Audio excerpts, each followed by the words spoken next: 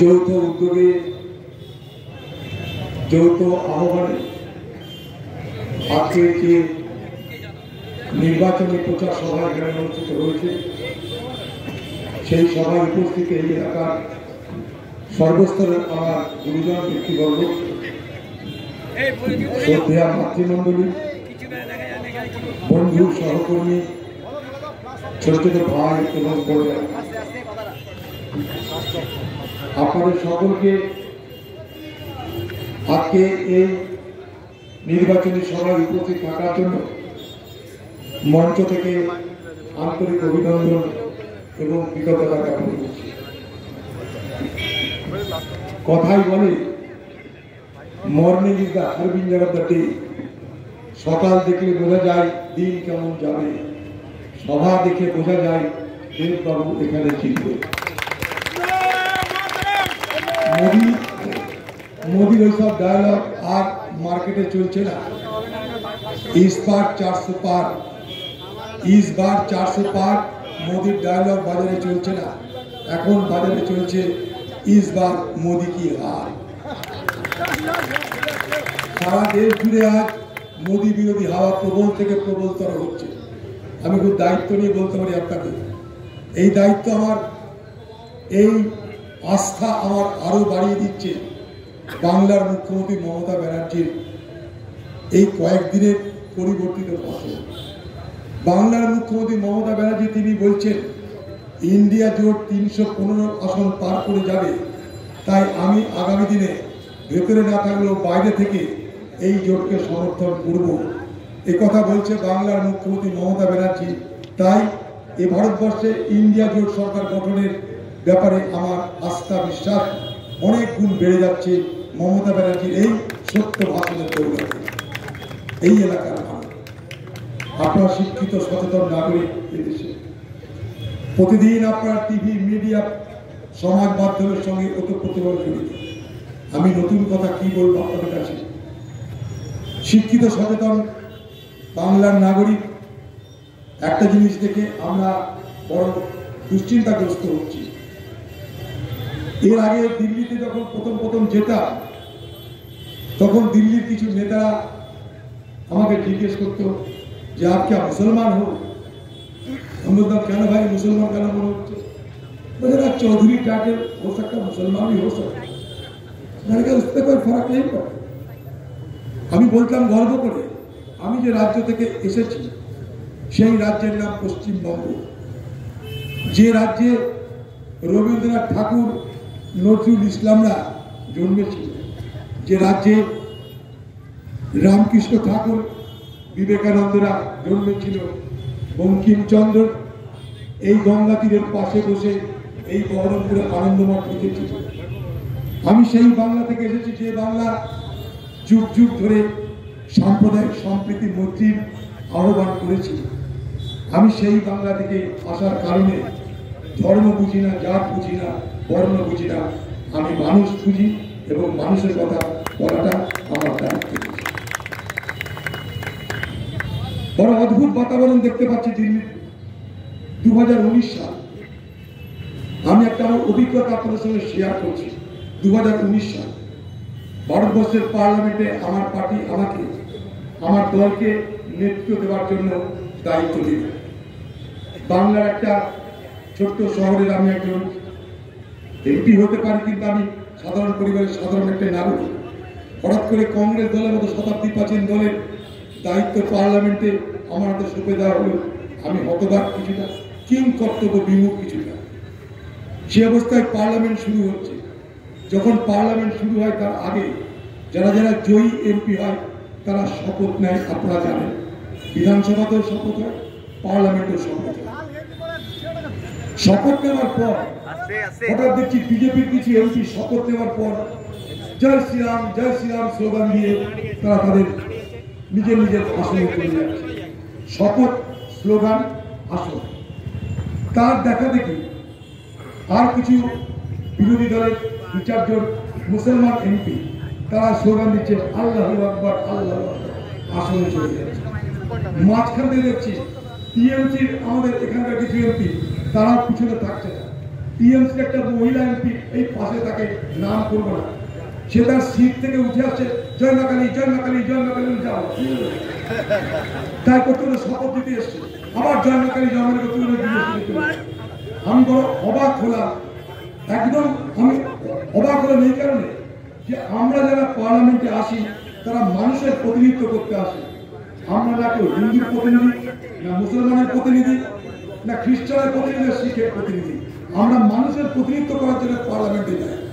আমরা যখন জিতি সেখানে মানুষের দয়া যেমন থাকে, সেখানে যদি হিন্দুদের দয়া থাকে, মুসলমানের দোয়া থাকে, তবেই আমরা ভারতবর্ষের পার্লামেন্টে যাওয়ার ছাড়পত্র পাই। তারপরে মোদির ভাষণ হলো, স্পিকার নির্বাচিত হলো, তারপর মোদির ভাষণের পর দ্বিতীয় ব্যক্তি হিসেবে আমার পালা বক্তৃতা দেওয়া। তো আমি সেদিন যে কথাটা বলেছিলাম, আজ আপনাদের কাছে আমি সেই কথাটা শেয়ার করতে চাই। আমি সেদিন বলেছিলাম আমি ভারতবর্ষের সব থেকে বড় পঞ্চায়েত ভারতবর্ষের পার্লামেন্টে এসেছি। এই ভারতবর্ষের পার্লামেন্ট যেদিন থেকে স্থাপিত হয়েছে, ভারতবর্ষের পার্লামেন্ট গণতন্ত্র, ধর্মনিরপেক্ষতা, সাম্য আর মৈত্রীর কথা বলেছে। আমরা যে কেউ যে কোনো ধর্ম পালন করতে পারি, কিন্তু ভারতবর্ষের পার্লামেন্ট তার ধর্মের পরিচয় দেওয়ার উপযুক্ত জায়গা নয়। তাই আমি আজ যা দেখছি আমি অবাক হচ্ছি, আমি কিছুটা হতবাক হচ্ছি এবং আমি পাশাপাশি হতাশ হচ্ছি। এটা আমাদের অধঃপতন না এটা আমাদের উত্তরণ আমার জানা নেই। তারপর আমি একটা কথা বলেছিলাম, আমি বলেছিলাম মোদীকে, কথা বলবো এবার কথা বলে না দেখেন কথা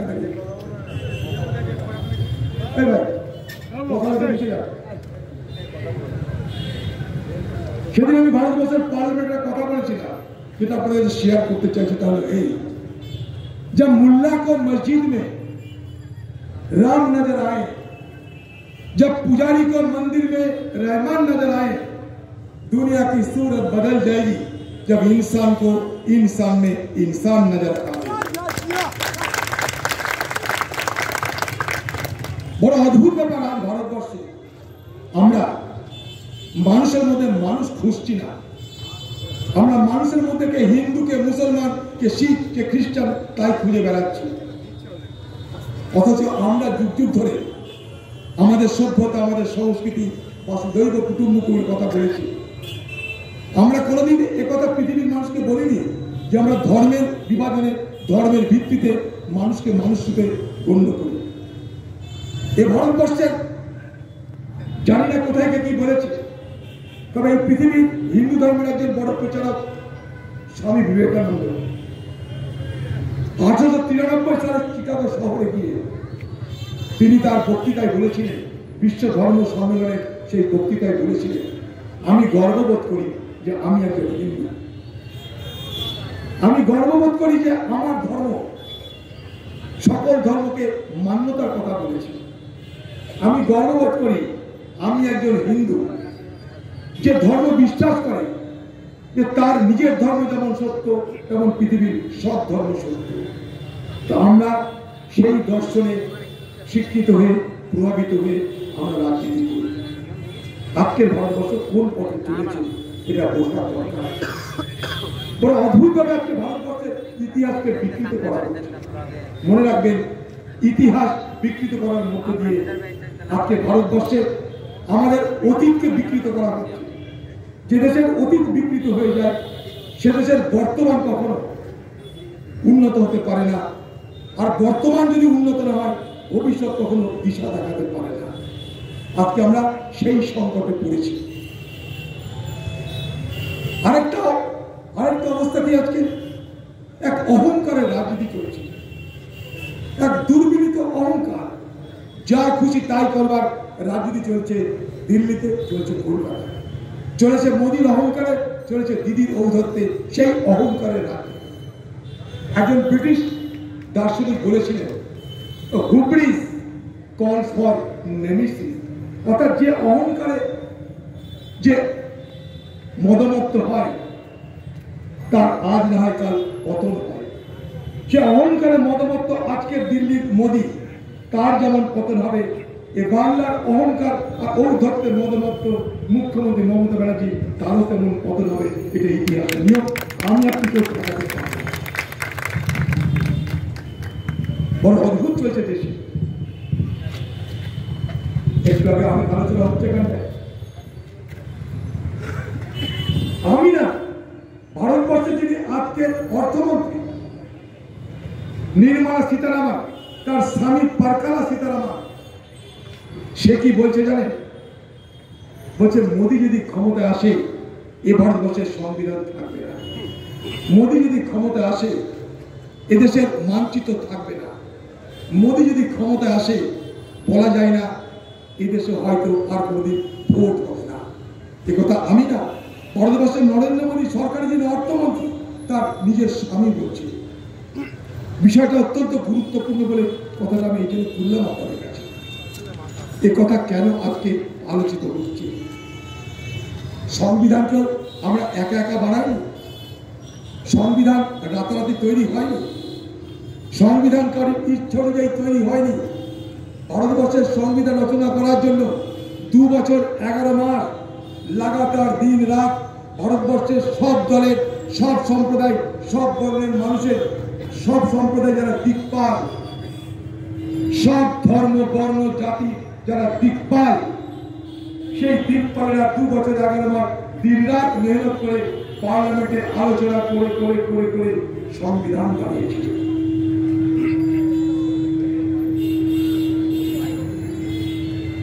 সেই সংবিধানের নাম ভারতীয় সংবিধান। সেই সংবিধানের মূল কথাটা কি? সেই সংবিধান শুরু হচ্ছে কিছুটার মধ্যে দিয়ে। আমি ভারতবর্ষের পার্লামেন্টে বলেছিলাম এই কথা, তাই আমি আপনাদের শেয়ার করছি। আমি বলেছিলাম ভারতবর্ষের পার্লামেন্টে দাঁড়িয়ে যে আমাদের সংবিধানের শুরুটা কি? We the people of India having resolved to constitute India into a secular, sovereign, socialist, democratic republic. অর্থাৎ আমরা ভারতবর্ষের সব মানুষ, we the people of India, আমরা সবাই মিলে সর্বসর্বভাবে সিদ্ধান্ত নিয়েছি যে আমরা যে দেশ গড়ব সে দেশ হবে গণতান্ত্রিক, ধর্মনিরপেক্ষ, সমাজতান্ত্রিক ভারতবর্ষের। আমরা কিন্তু একথা বলিনি we the Hindus of India, আমরা একথা বলিনি we the Muslims of India, আমরা কি বলেছি we the people of India.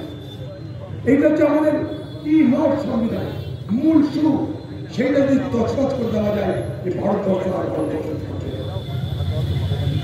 আমার আপনার অতি বড় সংগ্রামের, বড় মেহনতের, বড় রক্ত ঝরার, বড় ঘাম ঝরার প্রতি স্বাধীনতার যুগের কথা মনে করে দেখুন।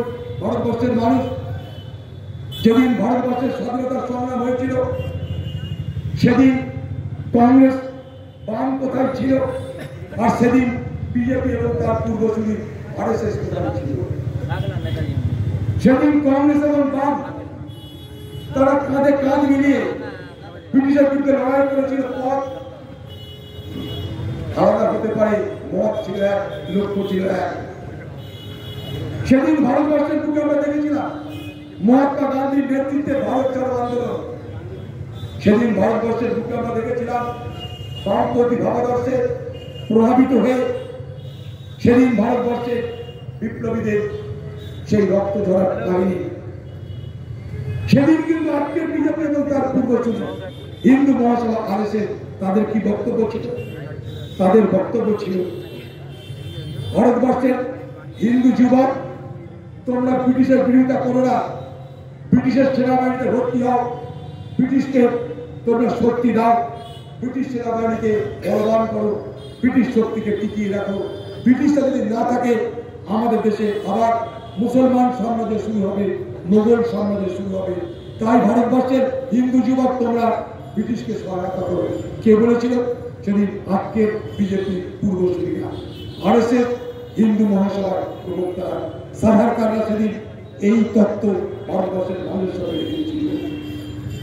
মনে রাখবেন আজকের সেই বিজেপি পার্টি সেদিন তাদের পূর্বসূরীরা এই পশ্চিমবঙ্গে শ্যামাপ্রসাদ মুখার্জি এবং মুসলিম লীগ তারা মিলে সামা হক সরকার গড়েছিল এই বাংলায়। মুসলিম লীগের সঙ্গে হাতে হাত মিলিয়ে এই আজকের বিজেপির পূর্বসূরীরা পাকিস্তানের সিং সেদিন যেটা অবিভক্ত ভারতবর্ষের একটা রাজ্য ছিল সেখানে সরকার গড়েছে। মনে রাখবেন সেদিন আজকের বিজেপি এবং মুসলিম লীগ একসঙ্গে সেদিনের নর্থ ওয়েস্টার্ন ফ্রন্টিয়ার যেটা বালুচিস্তান সেখানে মুসলিম লীগ আর হিন্দু মহাসভা একসঙ্গে মিলেমিশে সরকার করেছে। নেতাজি সুভাষচন্দ্র বলেছিলেন যে হিন্দু মহাসভা মুসলিম লীগ একে অপরের প্রতিপূরক, দুজনাই দেশভাগ চাই, তাই দেশভাগ হয়েছিল। আজ তারা আমাদেরকে দেশভক্তি আইনি শোনাবে, তারা আমাদেরকে দেশভক্তির সার্টিফিকেট দেবে। এর থেকে দুর্ভাগ্য ভারতবর্ষের মানুষেরা পেয়ে পারে। সারা ভারতবর্ষের অতীত ইতিহাস দেখুন, কোথাও কোথাও কোনদিন একটা বিজেপি বা তাদের পূর্বপুরুষ হিন্দু মহাসভা আলোচনায় একজনকে দেখাতে পারবে যারা এই ভারতবর্ষের জন্য ব্রিটিশের বিরুদ্ধে লড়াই করতে গিয়ে আত্মত্যাগ করেছে, ফাঁসির মধ্যে ঝুলেছে, দেখাতে পারবে না। কারণ তারা সেদিন ব্রিটিশের দালালি করেছিল, তারা সেদিন ভারতবর্ষের স্বাধীনতার বিরোধিতা করেছিল। আর যদি তারা বলে মোদী যতদিন আছে দেশ ততদিন শক্তিশালী, তারা যদি বলে কংগ্রেস দেশকে দুর্বল করেছে, তারা যদি বলে মোদীর হাতে দেশ সুরক্ষিত, তাহলে ইতিহাসে অবমাননা করা হয় কিনা আপনারা বিচার করবেন। নির্বাচন আসবে যাবে, কিন্তু এই নির্বাচন গুরুত্বপূর্ণ ঠিক এই জায়গাটাই যেখানে ইতিহাসকে বিকৃত করা, ইতিহাসকে ভুলিয়ে দেওয়ার নতুন চক্রান্ত শুরু হয়েছে।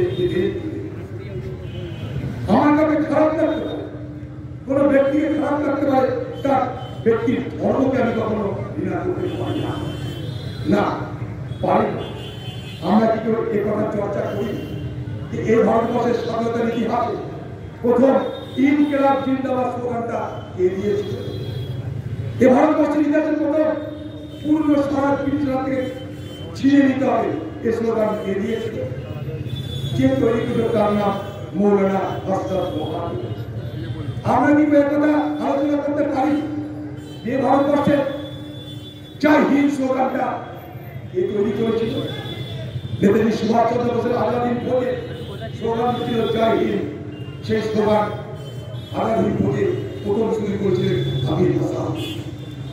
আমরা কি ভাবতে পারি যে দেশে মহাত্মা গান্ধীর নেতৃত্বে যে ভারত আন্দোলন, ভারত ছাড়ো আন্দোলন হয়েছে, কুইট ইন্ডিয়া মুভমেন্ট, সেই কুইট ইন্ডিয়া মুভমেন্ট স্লোগানকে তৈরি করেছিল মেহের আলী, আরেকজন মুসলমান। আমরা কি কথা আলোচনা করি যে নেতাজি সুভাষচন্দ্র বোস যখন জার্মান থেকে জার্মান অভিযানে রওনা হয়েছিল, সেদিন গোটা প্রশান্ত মহাসাগর জুড়ে সেই সাবমেরিনের তলায় 3 মাস ধরে নেতাজি সুভাষচন্দ্রের সাথী ছিলেন আমির হাসান। এই কথা কি আলোচিত হয়? আমরা কি আলোচনা করি যে সেদিন সিপাহী বিদ্রোহের সময় এ ভারতবর্ষে শুধু দিল্লিতে 27,000 মুসলমান মৌলবীকে কতল করা হয়েছিল। স্বাধীনতার ইতিহাসে 5 লক্ষ মুসলমান শহীদ হয়েছিল। আমি এই কথা বলছি না, এই কথা বলছে বিশিষ্ট সাংবাদিক খুশবন্ত সিং, যিনি বলেছেন মুসলমানদের যে জনসংখ্যা, সেই জনসংখ্যার পরিপ্রেক্ষিতে সেই জনসংখ্যার তুলনায় তারা যে শহীদ হয়েছে তার সংখ্যা সকলের থেকে বেশি। কেন আমরা বিক্রি করব? এদেশে সবাই তৈরি করেছে, এদের সবাই তৈরি করেছে। আমরা এই স্বাধীনতা আন্দোলনের সবাই আত্মত্যাগ করেছে। যেমন ক্ষুদিরাম বোস ছিল, তেমন আসমানুল্লাহ ছিল, যেমন নেতাজি ছিল, যেমন খান সালমান খান ছিল, অস্বীকার করতে পারি না। যেমন জওয়াহরলাল নেহরু ছিল, মৌলানা আবুল কালাম আজাদ ছিল, মহাত্মা গান্ধী ছিল, খান আব্দুল গফফার খান ছিল, যেমন রবীন্দ্রনাথ ঠাকুর ছিল, তেমন কাজী নজরুল ছিল। আমি তো কোনো অসুবিধা পাই না, কারোর কোনো অসুবিধা। কেন আমরা এই বাতাবরণ তৈরি করবো? এই বাতাবরণ কি আমাদের জন্য সুখকর হবে? এই বাতাবরণ কি আমাদের জন্য সুখকর হবে? না, হতে পারে। ধর্মের নামে পৃথিবীতে যেখানে দেশ গঠিত হয়েছে, সে দেশে অধঃপতন হয়েছে। আমরা সবাই তার জ্বলন্ত উদাহরণ চোখের সামনে দেখতে পাই। তাকে দেখুন পাকিস্তান, যে সেখানকার প্রধানমন্ত্রী হয় তার জেল হবে, না হয় তার ফাঁসি হবে, এছাড়া তার অদৃষ্টে কিন্তু থাকে না। তাকে দেখুন আফগানিস্তান, গণতন্ত্রের বস সেখানে বোঝে না। তাকে দেখুন ইরাক, সিরিয়া, সুদান, ভারতবর্ষের যেখানে যেখানে, পৃথিবীতে যেখানে যেখানে ধর্মের ভিত্তিতে দেশ গঠিত হয়েছে, সে দেশ সর্বনাশ হয়েছে, সে দেশ ধ্বংস হয়ে গেছে।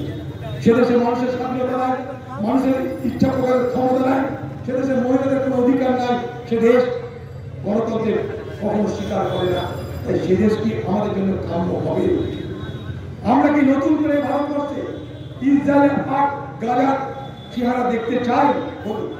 আর যদি না দেখতে চাই তাহলে আমাদের সকলকে বুঝতে হবে, আমাদের সকলকে বুঝতে হবে আমাদের করণীয় কি। করণীয় একটাই, সংবিধানকে রক্ষা করতে হবে। এই সংবিধান ভারতবর্ষের গণতন্ত্র, ধর্মনিরপেক্ষতা, সমাজতন্ত্র এবং প্রজাতন্ত্রের কথা বলেছে। সেই ভারতবর্ষের সংবিধানকে রক্ষা করতে হবে, এটা আজকে দিনে আমাদের বড় কর্তব্য বলে আমি মনে করি। তাই আপনাদের সঙ্গে শেয়ার করছি। আপনারা জানেন, আমি এই যে মথুরায় কৃষ্ণের জন্মভূমি, কৃষ্ণের রাধা কৃষ্ণের লীলাভূমি মথুরা, মথুরা বৃন্দাবন, সেই মথুরায় আমি নিজে দেখি ৫,০০০ মুসলমান পরিবার আছে, ৫,০০০ যারা রাধার পোশাক পরিচ্ছদ তৈরি করে। ৫,০০০ পরিবার যুগ যুগ ধরে, একদিন বংশের পর বংশ। সেখানে কিন্তু কোনো টেনশন নাই, অযোধ্যাতে ৫,০০০ মুসলমান বাস করে, কোনো টেনশন নেই হিন্দু মুসলমান। আমরা তৈরি করছি কারে? কৃত্রিমভাবে আমরা তৈরি করছি বিভাজন। এই বিভাজনের রাজনীতি ভারতবর্ষকে আক্রান্ত করেছে, এই বিভাজনের রাজনীতি বাংলাকে আক্রান্ত করছে। তাই আমাদের সতর্ক করতে হবে। পার্লামেন্টে দাঁড়িয়ে আমি বলেছিলাম যে মোদী, আপনি দুবেলা কংগ্রেসকে গাল দিন, আপনি দুবেলা রাহুল গান্ধী, সোনিয়া গান্ধী, ইন্দিরা গান্ধী, রাজীব গান্ধী, জওহরলাল নেহরুকে গালি করছে। আচ্ছা বলুন তো, জওহরলাল নেহরু ভারতবর্ষের মানুষের কি আবেদন করেছিলেন? জওহরলাল নেহরু তার মৃত্যুর 10 বছর আগে একটা উইল করে গেছিলেন। সেই উইলে তিনি লিখেছিলেন, আমার মৃত্যুর পর আমার দেহ যেন এলাহাবাদে দাহ করা হয়। এলাহাবাদে আমার দেহ দাহ করার পর যে ছাই পাওয়া যাবে, সেই ছাই আকাশে হেলিকপ্টারে উড়িয়ে নিয়ে গিয়ে যেন আকাশ থেকে ছুঁড়ে দেওয়া হয়। সেই ছাই ধীরে ধীরে কৃষকের জমিতে পড়বে, কৃষক যখন লালন দেবে জমিতে, আমার ছাই ভারতবর্ষের মাটির সঙ্গে মিলে মিশে একাকার হয়ে যাবে। দেশের কাছে আমার মৃত্যুর পর আমি এই প্রয়াত ইন্দিরা গান্ধী, তিনি দেশের কাছে কি চেয়েছিলেন? মৃত্যুর একদিন আগে তিনি বললেন, হ্যাঁ তিনি ইমার্জেন্সি করেছিলেন, তার ফল ভুক্ত হয়েছে, তারপরে ভুল স্বীকার করা হয়েছে। ইন্দিরা গান্ধী তারপর নির্বাচন করে হেরেছে। কিন্তু মৃত্যুর একদিন আগে তিনি কি বলেছিলেন? তিনি বলেছিলেন মৃত্যুর একদিন আগে, even if I die for the sake of the country, I shall be proud of you. Every drop of my blood I am sure will contribute to the growth of the nation, make it strong and vibrant. তিনি কি বলেন মৃত্যুর আগে দিন? দেশের জন্য আমার মৃত্যু হয় আমি গর্ববোধ করি। আমার পরিবারের রক্তবিন্দু আমি নিশ্চিত আমার দেশকে আরো উন্নত করবে, দেশকে আরো শক্তিশালী করবে, দেশকে আরো গতিশীল করবে। এই তো চেয়েছিল আমাদের। তাদের জন্য দুবেলা গালাগালি দেওয়া হবে। রাজীব গান্ধী আজকে আমার আপনার হাতে তথ্যপ্রযুক্তি শিল্পের দৌলতে, যে মোবাইল, যে ইন্টারনেট, যে ডিজিটাল ভারতবর্ষ দেখছি, তার সবটাকে রাজীব গান্ধী। একদিন ছিল এমন, একটা মোবাইল করে হাতে থাকলে আমরা তাকে বলি করতে বিরাট বড় হচ্ছে। একদিন মোবাইল ছিল এভাবে করছে ক্লাস সিম্বল, একটা বিশেষ শ্রেণীর মানুষের কাছে থাকে। আজকে মোবাইল ভারতবর্ষের ক্লাস সিম্বল, সকলে মাস সিম্বল, সকলের কাছে। একদিন মোবাইল ছিল এ ভারতবর্ষের মানুষের কাছে ক্লাস সিম্বল, বিশেষ বিশেষ ব্যক্তিগত থাকতো। আজ মোবাইল ভারতবর্ষের মাস সিম্বল, সকলের কাছে। একদিন মোবাইল ছিল ভারতবর্ষের মানুষের কাছে লাক্সারি, আজকে মোবাইল ভারতবর্ষের মানুষের কাছে নেসেসারি। কে করেছে? এই তথ্যপ্রযুক্তি বিপ্লবের জনক ছিল রাজীব গান্ধী। অস্বীকার করতে হবে। তাই ভারতবর্ষে অদ্ভুত প্রচার চলছে। কাউকে টার্গেট করে গালাগালি দাও, তাকে গ্রাহক বানাও, তাকে দেশ বিরোধী বানাও, তারপর তাকে পদবি করো। ঠিক পশ্চিমবঙ্গে যা বিরোধিতা, দিদি আর মোদী রাজনীতি দিয়ে কোনো ভোটার যেমন বিরোধী মানে খতম করো, বাংলায় বিরোধী মানে খতম করো। এই খতমের রাজনীতি, বিরোধী খতম করার রাজনীতি মোদী আপনাদের শুনিয়েছে। কংগ্রেস মুক্ত ভারত ইডিশ আছে, কংগ্রেস বাম মুক্ত পাবে না। মোদী যেমন পারেনি, ইডিও তেমন পারবে না। ইতিহাসের নিয়মে মোদীর পতন, ইডিও পতন অবশ্যই পাবে। সরকার নিশ্চিত করার জন্য আজ আমরা একজোট হয়েছি। আমরা ধর্মীয় মেরুকরণ এই বাংলায় হতে দেব না। 2021 সালে ধর্মীয় মেরুকরণে না বাম জিতেছে না কংগ্রেস জিতেছে। মাত্র বাংলার রাজবাড়ি নাগরিকাই এনআরসি সব নির্বাচনী পণ্য। নাগরিকাই এনআরসি সব নির্বাচনী পণ্য। নির্বাচন যখন আসে নাগরিকাই বেড়াতে আসে, এনআরসি বেড়াতে আসে। নির্বাচন শেষ হয়ে যায়, নাগরিকাই দিল্লি চলে যায়, এনআরসি দিল্লি চলে যায়, এনআরসি কালীঘাটে চলে যায়। তারপর তারা ঘুমন আবার ভোটার তারা জেগে ওঠে। এই তো নাগরিকাই দেখছে না। বাংলাদেশের সঙ্গে আমাদের কত আলোচনা হচ্ছে, কত যাতায়াত হচ্ছে। একবার কি বাংলাদেশের সঙ্গে আলোচনায় ভারতবর্ষের সরকার বলেছে যে এখানে অনুপ্রবেশকারী আছে, তাদেরকে আমি তোমার দেশে পাঠাবো, তোমার মতামত আলোচনা করেছি। আমি কি আরেকটা রাষ্ট্রের কাছে আমার দেশের নাগরিকদের অনুপ্রবেশকারী বলে পাঠাতে পারি যদি সেই দেশের অনুমোদন না থাকে? না। সমস্ত মানুষকে বিভ্রান্ত করা, সমস্ত মানুষের মধ্যে বিভাজনের রাজনীতি করা, আমরা কেন তার শিকার হব? আমরা কেন তার শিকার হব? তাই পার্লামেন্টে আমি বলেছিলাম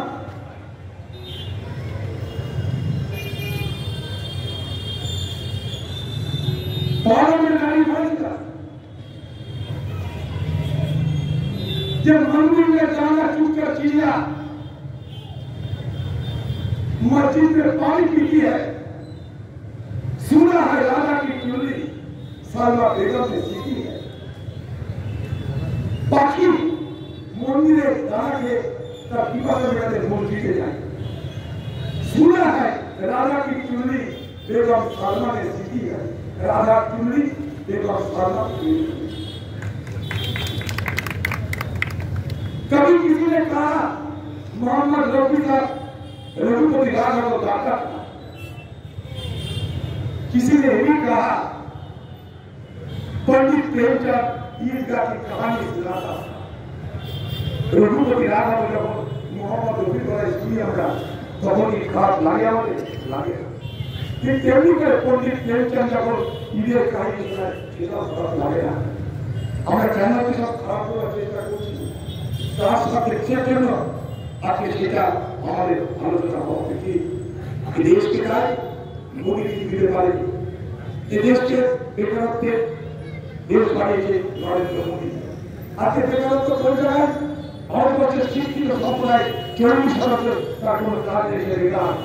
আজকে ভারতবর্ষের শিক্ষিতরা এদেশের পালিতে রাশিয়ার সাথে উত্তেজনা যুদ্ধে ভারতবর্ষের বেকার যুবকদের দেখা যাচ্ছে সেখানে তাদের প্রাণ যাচ্ছে।